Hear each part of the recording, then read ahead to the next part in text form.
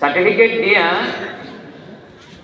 আল্লাহ তাআলা বলছেন, যাও এবার তোমাদের উম্মতের কাছে যাও। গেছে বাস, উম্মতের কামনে নবী, এটা তো আমরা মানতে পারি না। এই যে দেখো আল্লাহর পক্ষ থেকে সার্টিফিকেট, কহো তুমি তো মানতে পারো।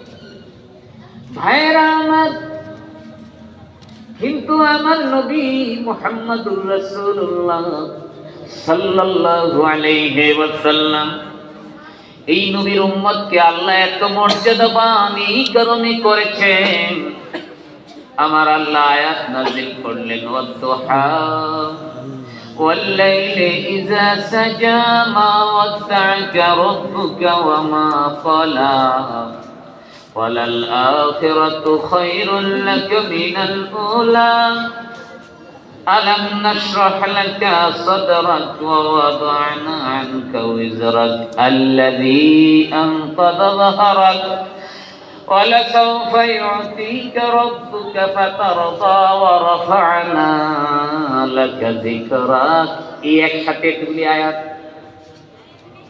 সুবহানাল্লাহ বলো, একসাথে কোথায় নাযিল করছেন? কি বই হিসাবে না ওনার অন্তরে? রাহমাতুল লিল আলামিন আয়াত পড়লেন আর বললেন, রে আমার সাহাবারা, এই আয়াতগুলি সূরা দুহা নামক এই সূরার এই জায়গায় লিখে রাখো, আর ওই আয়াতগুলি ইনশার ভিতরে লিখে রাখো। সাহাবারা কোনোদিন কয় নাই, নবী গো এইগুলি তো আপনার কথা, এগুলি মানতে পারি না।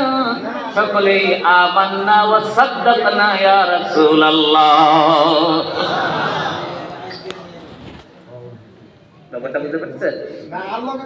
কোন বই, কোন কিছু, নবীজির মুখ, নবী বলছে এতটুকু কোরআন এতটুকু হাদিস, এইখানে এই আয়াতটা সূরা দুহা নবীজি রাব্বিকাল্লাযী খালাক নাযিল হওয়ার দীর্ঘ 40, কেউ বলে 4 মাস, কেউ বলে 3 মাস, কেউ বলে আরো বেশি দিন পরে সূরা দুহা নাযিল হয়েছে। সূরা দুহা নাযিল হওয়ার দীর্ঘ নবীজি নবুয়তের কত বছর পরে জানি হিজরত হয়েছে? 27 বছর পরে। নবুয়তের কত বছর পরে জানি হিজরত হয়েছে? নবুয়তের কত সালে জানি হিজরত? আচ্ছা, নবুয়তের 13 বছর পরে নবীজির হিজরত হয়েছে। হিজরতের 1 বছর পরে আল্লাহ তাআলা নাযিল করলেন কি, وَأَمَّا السَّائِلَ فَلَا تَنْهَرْ।